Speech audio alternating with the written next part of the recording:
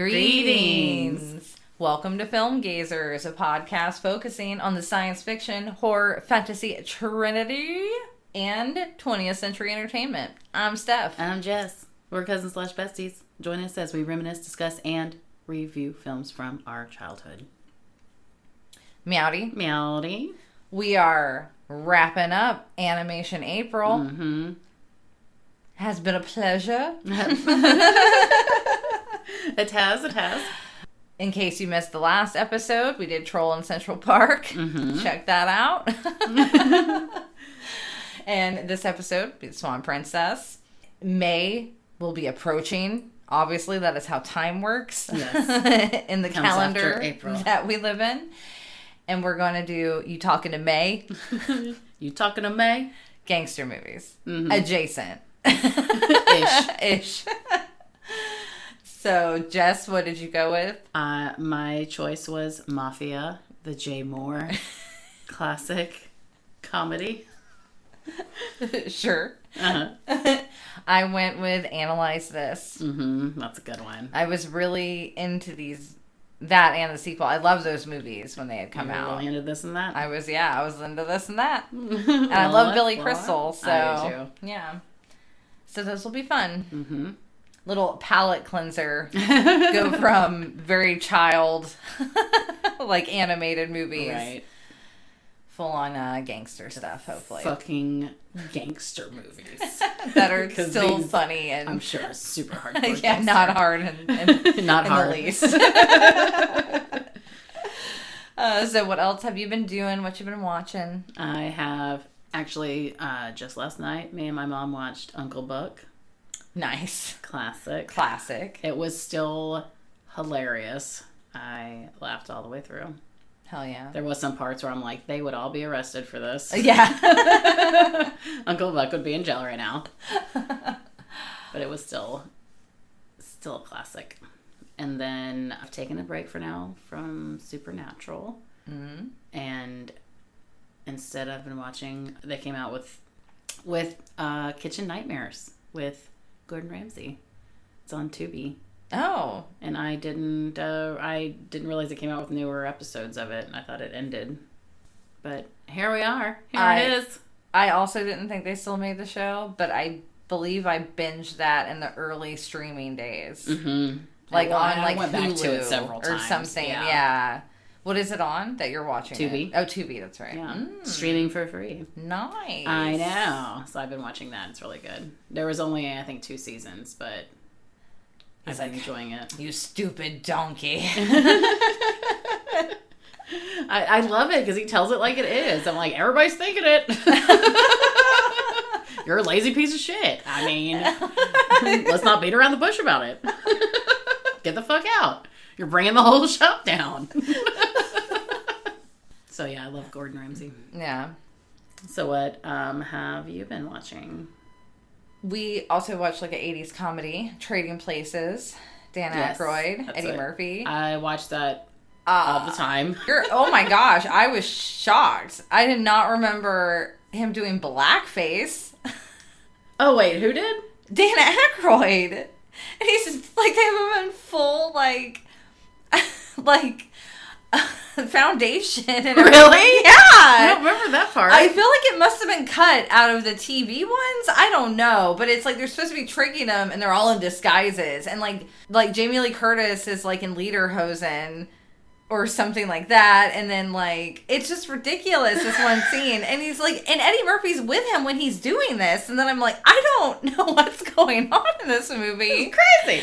And then there's, like, the big ending with the stocks, and I'm not a stock person, like, so I'm like, I ultimately was like, this is not what I remembered. Am I remembering a different movie? Like, I don't know. I feel like it was always on something, though. Like, yeah, it was. Playing. It was always playing on, like, TV on Comedy Central, probably. But I just do not remember some, like, Jesus. And didn't Dan Aykroyd play, like, the old people, too? Like, wasn't he, like, no, one person? No, that was in, I think, because I'm thinking, I always liked, what was it called? Like, Nothing to Lose. Oh. And that's where he's the weird judge with the, like, dick nose or whatever. And the weird, like, baby twin thing, monster-looking things, and Chevy Chase is in it, and Demi Moore. Oh, wow. Okay. Yeah. Yeah, that one I watched a ton. That one I watched way more. So this one I was like, whoa, I didn't remember some of it. It just, like, they couldn't make that movie now. Like, right, obviously. But some of the theme of it is still relevant to the time, like about the class, situation, stuff like that. It was just in their way of doing it. So it was not what we expected nor remembered. Like, right. So I was like, oh, I did not anticipate this at all. I don't remember this at all. And it's like 2 hours. It's a long movie. Really? Yeah, it was like an hour and I think like 50 minutes or something. Like, It was fairly long. We also watched Double Jeopardy. Oh, with Ashley Judd? Yes, and Tommy Lee Jones. Oh, yeah, of course. And I remember being young and that being like, oh, yeah, that was a good, like, thriller, you know, yeah. Can't be charged with it twice. Yeah, like, oh my, it was so bad. It was not. Oh, man. It's like it had everything it could have been to maybe be better, and they just didn't expand where they needed to, and, like, some of it was just, like, stupid. Like, it was also not what I expected, but it is what I call a daytime movie watch. Right. Like, it's the ones, remember when we were kids and you'd be at, like, Aunt Daisy's on the weekend, and it's, like, a Saturday, and, like, the middle of the day, Double Jeopardy is what you'd be watching, you know? Like, so that's when we watched it, was, like, last weekend. You're like, we're eating some frozen pizza, watching some Double Jeopardy. It's like, pretty much. So, it was funny. So, for that alone, though, I would, like, the nostalgia factor was at least a little higher for me. But, half star for that. Yeah, half star for that. Yeah, and then it's been kind of, I've gotten into Rurouni Kenshin. It's like more classic anime that came out in the, I think the 80s. He was like a manslayer, the Batusai. And he worked for the imperialists and helped, like, he basically, like, killed a shit ton of people and helped, like, win the side of the war, essentially. But he put down his weapon, so he has a reverse blade, like, sword, to where he can't actually, like, hurt, like, cut people or kill them, like, and he became a wanderer, and he, like, helps people in injustices. So instead of killing man, he's helping man, and, like, and then he meets, you know, there's the little cast of characters along the way, like, the people he's hanging out with now. Well, fighting injustices. I don't know, it's good. Injustices. And it's not too, like, out of this world or fantastical. Like, it's a little more grounded in reality. Like, some of, like, the hardcore fighters still have some kind of special skill, but it's still not, like, overly supernatural or magical in nature. Sometimes it's just nice to watch something a little more grounded in realism sometimes, you know? Like, I don't have to worry about some guy. I'm like, oh, yeah, now he has lasers out of his ass. Right. And, well, shit. You know? So it is a little more traditional, I guess, like anime. I've been liking it a lot, so. Oh, I have also watched what I was talking about last time, that unicorn show, the Unicorn Academy. Yeah, how was it? So I checked out episodes of those. It was so cute. Aww, I mean, nice. Obviously it's for kids, yeah. but it was very, very That's cute. how I was. It was really well done. Steven Universe was like a, you know, Cartoon Network, I think, show maybe. But it's been adorable. I'm still hanging in that. And Frasier. It's been my going to bed show. I've literally started making sure my iPad's charged. And then I have the app on my iPad now. So we'll go and we'll lay in bed, yeah. And then I'll put on an episode of Frasier. Yeah. I'm telling you, his voice is so soothing. Andrew now, like, he knows the end song. Because, like, you know how all the ends are different? It's either going to be, like, Frasier has left the building, or it's going to be the good night one, or it's going to be the weird scrambled egg one. But I feel like that one's fewer and far between. But he's... Hey, baby, here's the calling. Salad. No, but the end when he's like, egg all over my face. Like, that one's what not is a boy to do? So, but he figures it out in every one now, and he was like, oh, and he calls the end. Yeah, because you can tell by the inflection in his voice. That's exactly what he said. That was so funny. Now Frasier has become a part of you. Like, it's a part of me. Oh my God, it's like a Eucharist. Right before Easter, too. How appropriate. Nice. In the body of Frasier.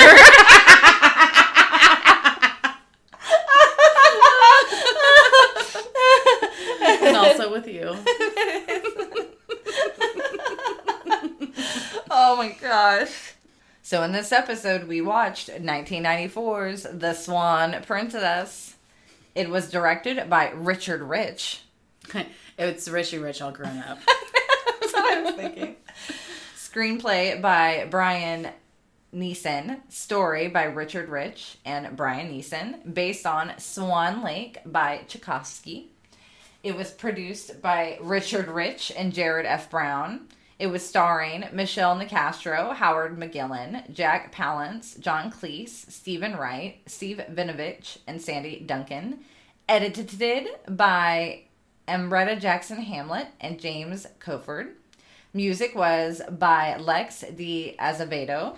The release date was November 18th, 1994. It's 90 minutes in length. Damn.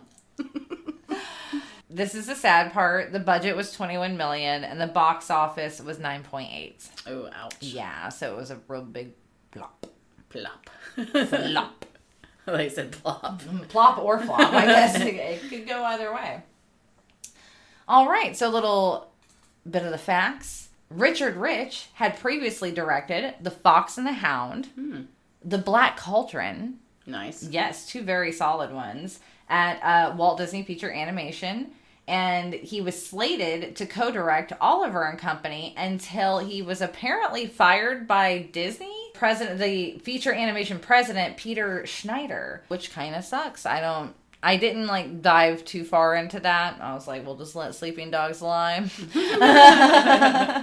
So following this departure, he did form his own studio, and that was Rich Animation Studios, and he did have about 26 employees, and most of the key ones came from Disney. So apparently some people, I guess, maybe left with them. So I only read this in one area, so I don't know if this one is 100% true, but it is claimed on this website. But they were selling animated cells, so that's why I'm a little wary. I'm like, you're trying to sell stuff, so I don't know if you're being true. Right. They were saying it was the last fully hand-drawn film to be released in theaters in the 1990s. That doesn't sound right at 94. In 94, yeah, I wasn't sure, because I'm like, what else did come out after Toy 94? Story came out. But that was CG. Yeah. So it wasn't cell animated. I was like, damn, was it that? But Aladdin, I want to say was probably 92 or 93. Mm-hmm. So I'm like, maybe it was. I wrote these notes a little later, so again, didn't follow up. I'm just sprinkling it out there. I'm just letting you know if you're interested. If you're that interested, it would be interesting. Because I have some Celdo animations sitting right beside you of the Ninja Turtles. But again, I think that was too late CG. 80s, early 90s. Here, I'm gonna Google it real quick. Yeah, let's actually get the follow up. Well, here it says the last American full-length, traditionally hand-drawn animated film released in theaters was Winnie the Pooh, 2011. Okay. So maybe the website I found was older at the time? This is according to Adobe. Yeah, interesting. It says this film marked the end of an era for Disney's 2D animation. There we go. I was wary of it being true. Well, you were right. But it says in the 90s, and if that was 2000 and whatever, so was there a gap between there? Yeah. It is interesting to think about, though. Because I will say they had some really cool videos, though, of that were taken of people doing the cell animation and all the drawing it takes. Right. And, it's 25 drawings for one frame, which is 1 second. You know, it's so amazing to see, the tedious and just the dedication. So this film took 4 years to make. Mm-hmm. So they started in 90 then, Yeah. And it was some quality animation. It was such quality animation. That was one thing I will say I didn't remember exactly. Some of the covers that you see online are terrible. Doesn't even look like it.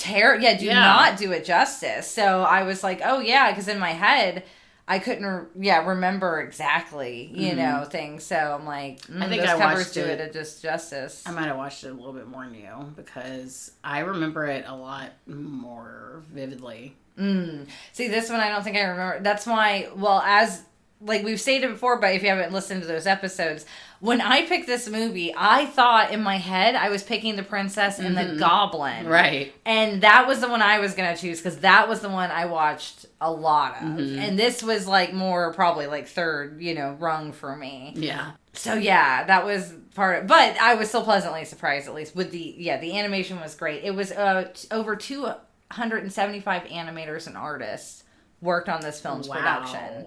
A lot of them were located at a company in Seoul, South Korea as well, because that was a big part. A lot of animators in Korea have had a big part in a lot of even American animation. Like, their work has been outsourced. Like, it's crazy to think about. Interesting. What's crazy to me is to have that many different people working on the same project and have it look that consistent.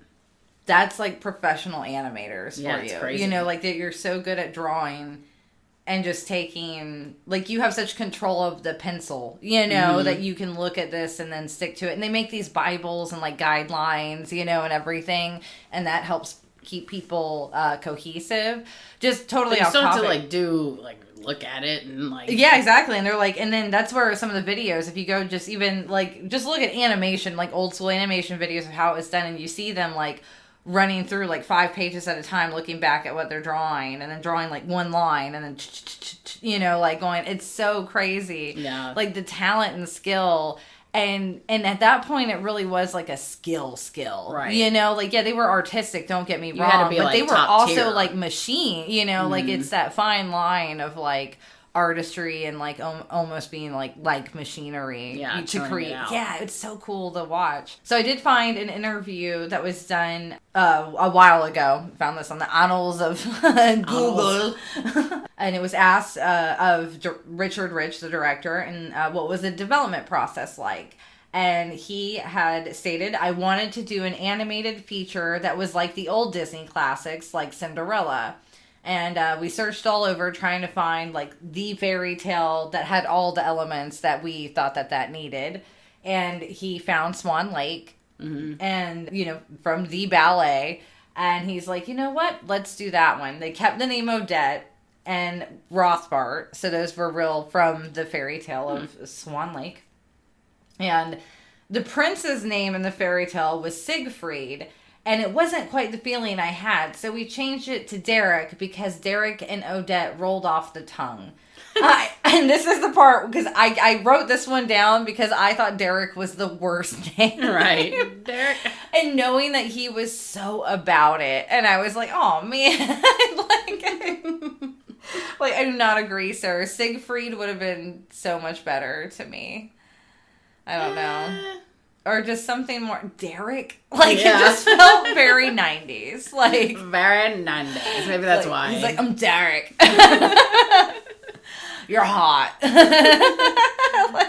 So he had been involved since day one with the concept art. He said it took us over 1.5 years to write it, work it all out, and then we went into production, which took us another 2.5 years. So it was a labor of love.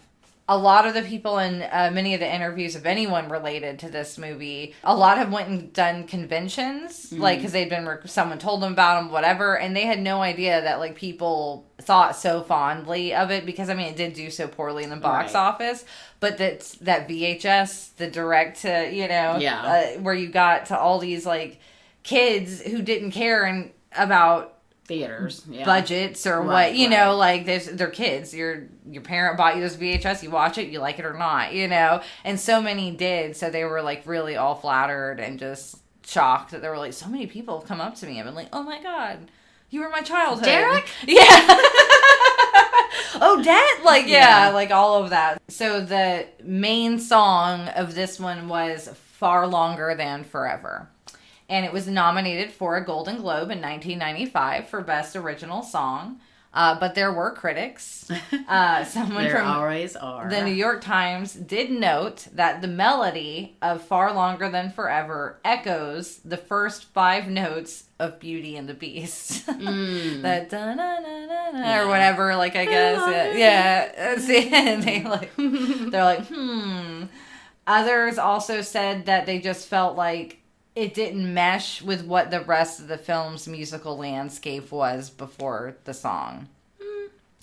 I can kind of understand this one. This is something I actually wrote in my notes, so we can just talk about it now. All of the music, I didn't like the music that much in this one. Oh, really? It felt a little like, I liked the first song, but then they all in between felt like that first song, like the same kind of style, and I like the idea of them singing while they're doing things and progressing, like, the plot line, but some of it just felt like forced. You know, like, oh, they're just singing and doing this for no reason. Like, it wasn't even catchy to me. It was like the kind of, I guess it's more like theater musical, maybe, because it would Swan, like, it would make sense, like, but that's not my, I don't know. Like, I mean, there was definitely some songs that I was like, okay. But the singing was good. Oh, no, everyone's talent was fine. I just found the songs themselves not as very catchy, or like, they felt very forced at times, where I'm like, okay, this is whatever. I liked For Longer Than Forever. Yeah, it was fine. It was a cute one. I liked their voices together. But yeah, I actually remembered more songs from Troll in Central Park, I think, than I did this one.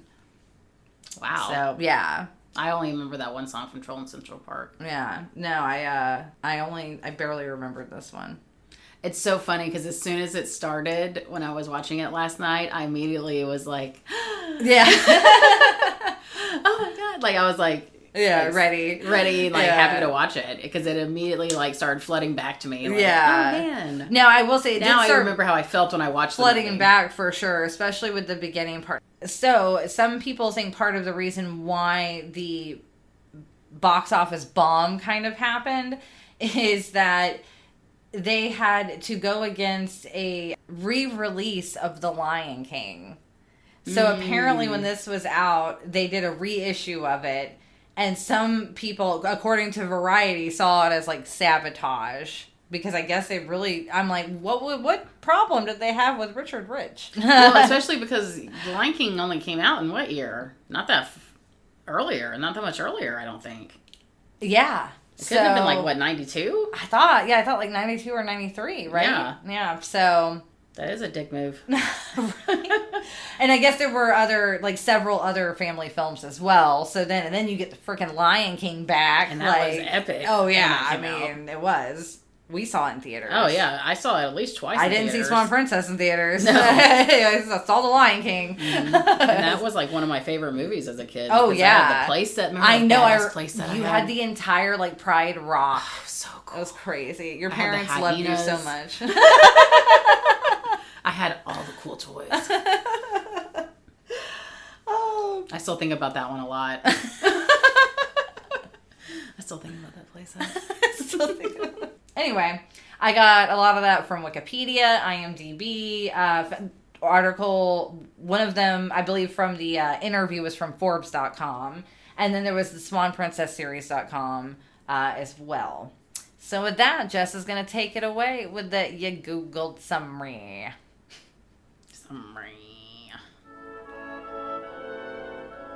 A beautiful princess falls in love with a prince from another land, but an exiled magician who wants her for himself conjures up a spell to transform her into a swan.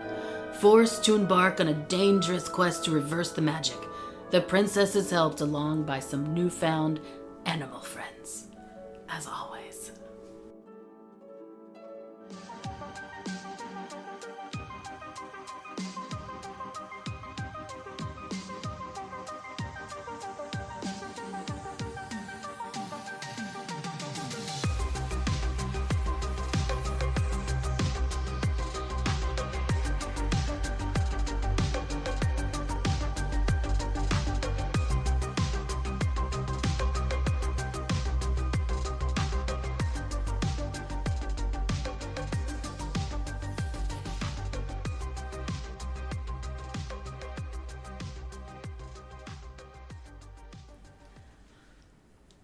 First of all, the summary was not super accurate. No, they never are. Yeah. He wants to marry her, force her to marry him so he can get her kingdom.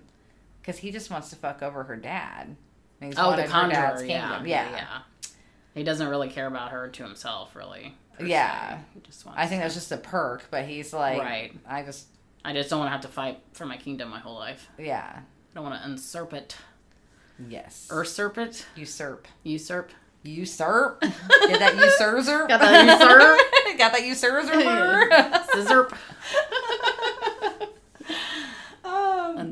It's unsurp in my mind. Okay, so as you mentioned, you have very fond recollections of this, and you did remember a little more than you even, I guess, thought came you back did, to me kind of, yeah. as I was watching it, and I 100% already enjoyed this more than Troll in Central Park. I mean, it was, yeah. Like, I'll give you that, too. I agree. I just remember the songs a little more. These weren't as catchy. Yeah, like I said, it was way more... Like, we're singing just to sing. Les Mis. Yeah, and I'm not a Les Mis fan. Yeah. And I've even read the, like, actual book, too. Like, and even that, I was like, it's fine. Like, they're singing in book, too.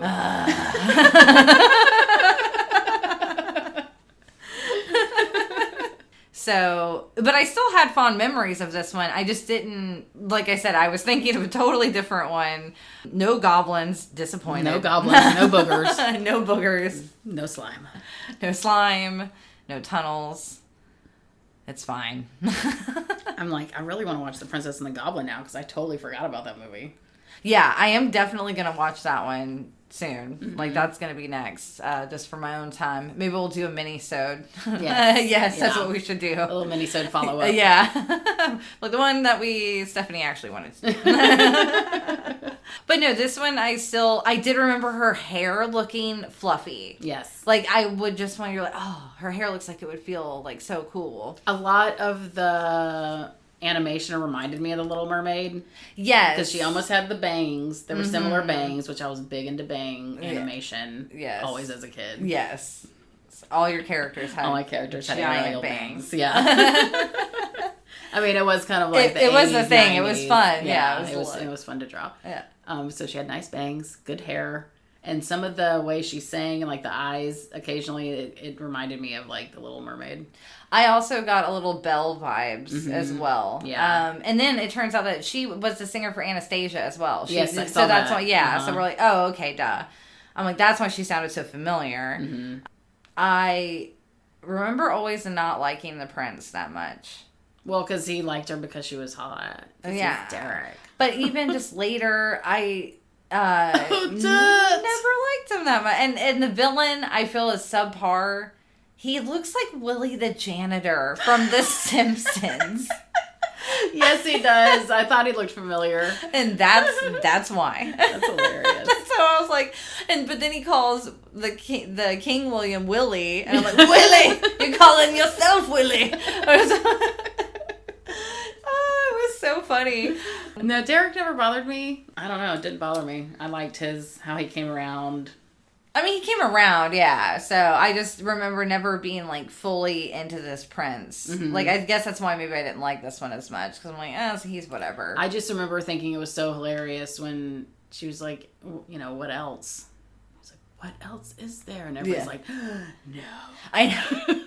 Like, some of the humor I thought was some of the beginning too. Cute. I instantly was like, oh, the animation's really good in this. Yeah. As soon as it started, and as soon as it started with the little transformation, of the exactly text, or and whatever. then the first background painting, all of it was just so beautifully done. Like, it is a testament to hand animation, and like I said, what all these people can do. It was beautiful. You're right. And all the character design I thought was really fun, like, except for the prince. Like, I don't know. I hated his haircut. His haircut was awful. Lord Farquaad. Yeah.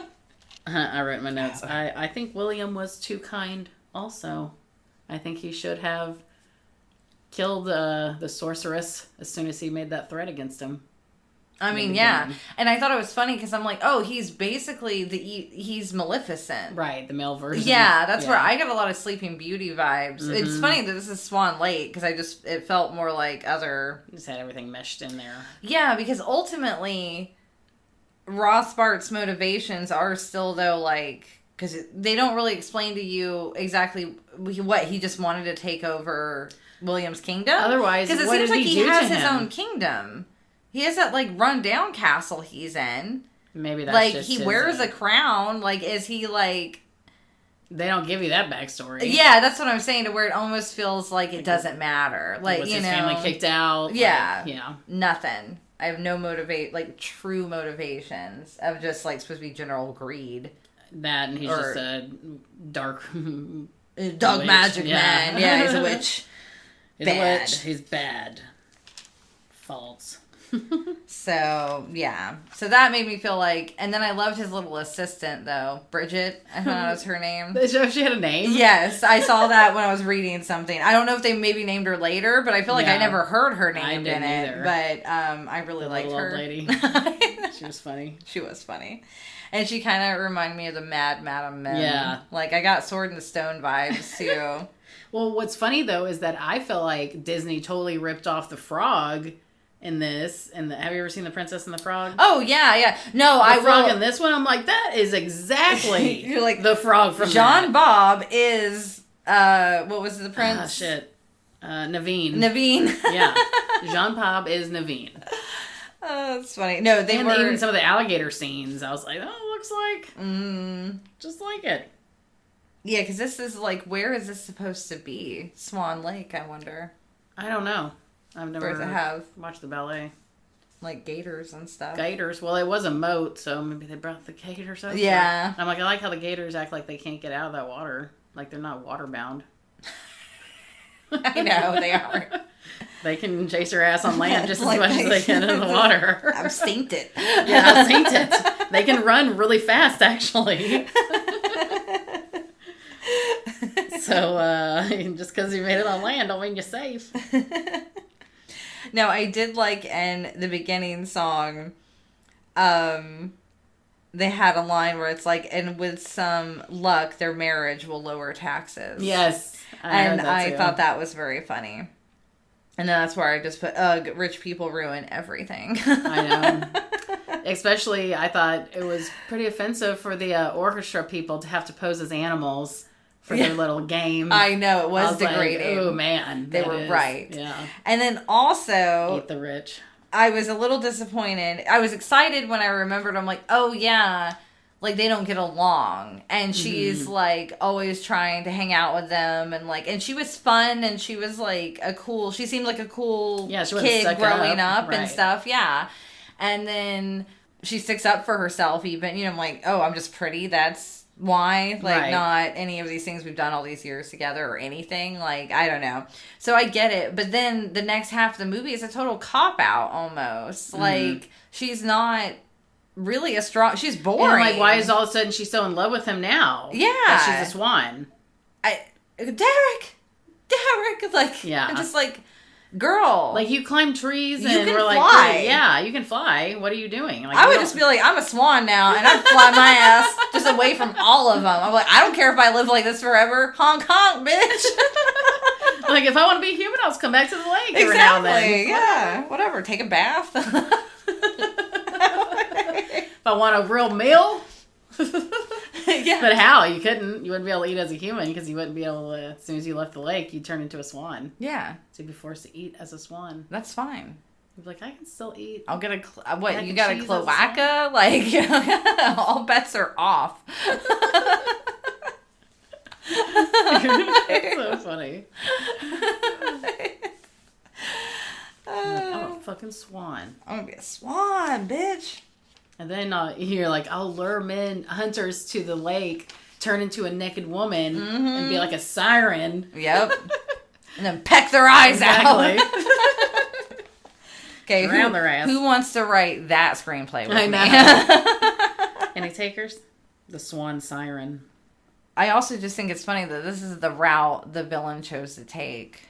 Yeah, swan. Yeah, like it just seemed very overly elaborate. Yeah, you're right. Overly elaborate. For what his... that's why I'm like, we need more... a little more context. His power. What his power seemed to be. He seemed like he could do fucking anything. Well, again, it seems like... I guess it was just really... Maybe was his power like animal related? Because he himself would turn into the great animal. Oh, I don't know. Like, so he didn't have like animal helpers or... Yeah, that's what was weird. And he had like that lady that helped him. And he could like turn everything and make it look all crazy. Yeah. So it's just the power of illusion? I don't know. Well, I mean, she was a real swan. Yeah. Yeah, exactly. So what the fuck? I don't know. Yeah, that one was weird. Yeah, I feel the villain was just weak. He was really like just kind of bumbling. Yeah, Like, for he was sure. real good at magic, but he didn't really know what he wanted to do with it. Was the vibe he was giving. It's like, well, I guess I have to take over the kingdom. I just don't know why. It's just what you do when you have dark magic. So her and Derek do meet up eventually. She does make animal friends. There's Stephen Wright as the turtle is funny. Yes, that was funny. What else is he in? Oh, he's the guy on the couch. Yeah. Yes.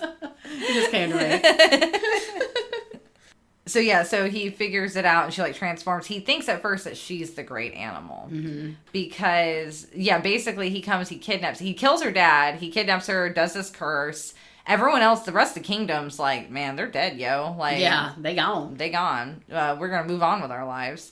And the mom's already trying to, like, marry Derek off again. But to give it to him, he's not giving up. And he's like, no, I'm going to find her. Like, I did like her for more than her looks. I just didn't know how to express myself. Exactly. Yeah. That's fair. And that's a good story to tell anybody. You know? Exactly. Like, and sometimes boys you need to take have trouble expressing themselves. Yeah. And this would be a good movie that you could show young kids to watch. Yes.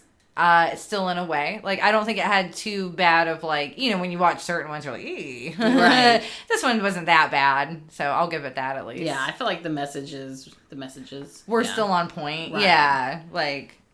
It wasn't like, oh, I'm just gonna marry this prince and live happily ever after. Yeah. They both had, like, their reasons and... respect, like trying to show respect to one another. Mm-hmm. But like I said, but then it just kind of like took it back. Yeah, like I said, it second half it gets kind of weak. I felt like they almost like didn't know how to sum up what they started with, and then they just kind of went, okay, well, let's just finish it. Let's just finish it. I think we're done now. Because it's very like, oh, we're gonna trick the prince, and now Odette's gonna die. Like, that's where. And I was like, why is she gonna die? I'm like, and why would Rothschild like the whole thing was he didn't want to like usurp it, like he wanted it to be rightfully his. I guess because he knew that she would never go for it. Yeah, so but at that point, point he would just kill Derek because maybe she would if Derek wasn't alive anymore. You would think something like I said. All the motivations just seem weird and like, what do you mean no more Mr. Nice Guy? What does that mean? Yeah, I'm like, you were never nice before. That was him being nice, I guess, giving her the chance. So maybe you're right in his eyes. Was really hilarious. I'm like, that's the voice you chose for that singing. I was like, I'm like, why couldn't he just Jack Palance sing? I think that. Wait, wasn't that him? No? Oh no, that was the other one. No, Derek is the real singer for himself. And I thought that was fine. He was fine. Yeah, he had a good voice. He had a Disney Prince voice. But it was so weird. And I was like, that's weird. It doesn't sound anything like him, first off. John Cleese's singing voice they did for Jean Bob was also a weird combo. That one wasn't. Yeah. That wasn't. I forgot that was John Cleese as John Bob. Yeah. That's funny. Mm-hmm. So that one, I felt the singer they had for Stephen Wright, though, sounded spot on.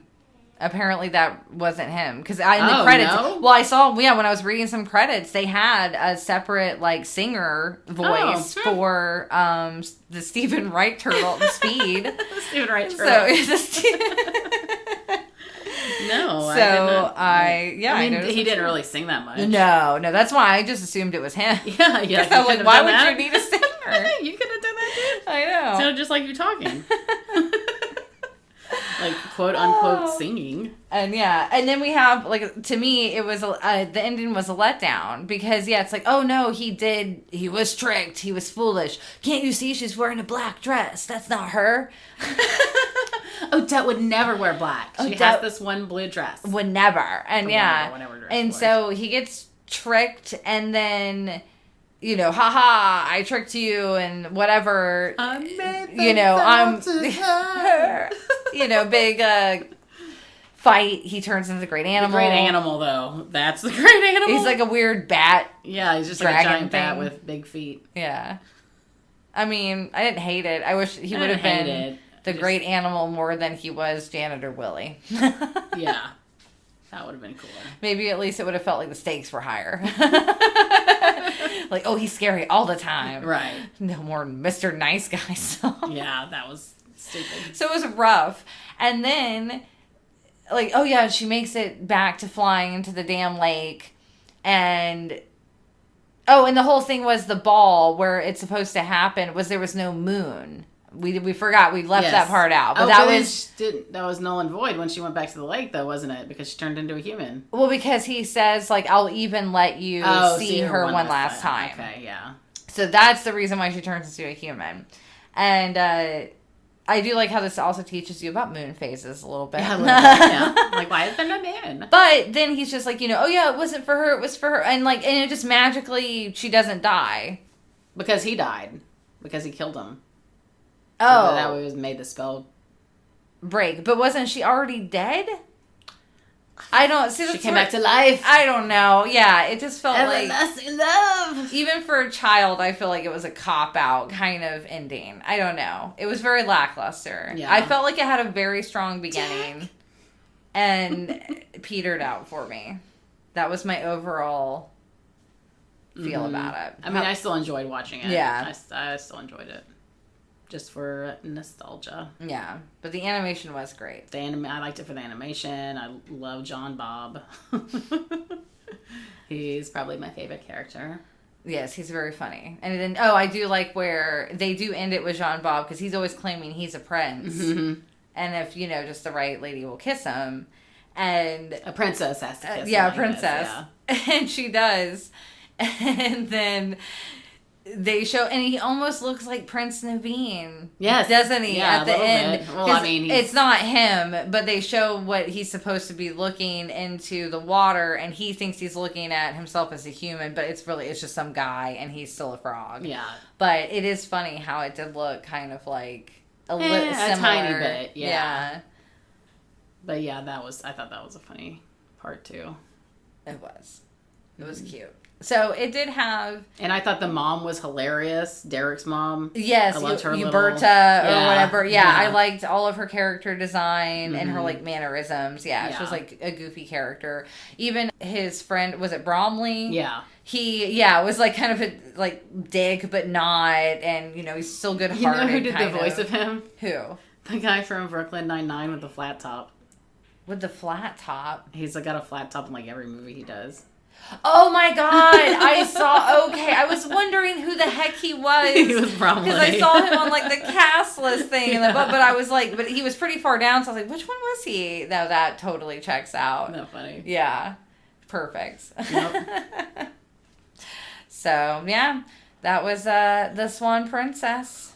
I would still recommend it for your little ones. I'd probably still watch it again. Yeah. Mm-hmm. I don't know if I'll watch this one again. Like I said, I'll watch The Princess and the Goblin, and depending on how bad that one is in my memory, then I'll decide. Which princess movie I'll watch again. And as always, guys, you can find us at Film Gazers on the social medias. Honestly, I'm thinking of abandoning X or Twitter or whatever it is. Fine. I think I made us a Threads, but we never do it. We're probably going to be starting to lean, I just feel like, more into our Discord. Like I said, Instagram's fine for now. It is the one that we've built the most, like, community in. Mm-hmm. I'll just get more involved in the ones that I do. Exactly. I feel like that's what it is, too. I spread myself thin on things I don't even like. It's exactly where I was going with it. Yes. I don't want us to spread ourselves thin when we keep trying to think of, like, oh, we should do this or do this. And, like, maybe we'll make a TikTok. Yes, like, that's the one I was thinking. I do want to make some videos. I think that might be fun for us to try out. So maybe we'll make a TikTok. And then, though, you can mostly see, like, updates on episodes, things like that on Instagram. And then you can join the Discord. And we will both, like, make the effort to be, like, just extra. We can focus on this one kind of social media aspect. Exactly. I think that might work for everyone better. Mm-hmm. So good. I'm glad we're on the same page. As usual. So with that, time to hit the dusty trail. Until next time. Later, taters.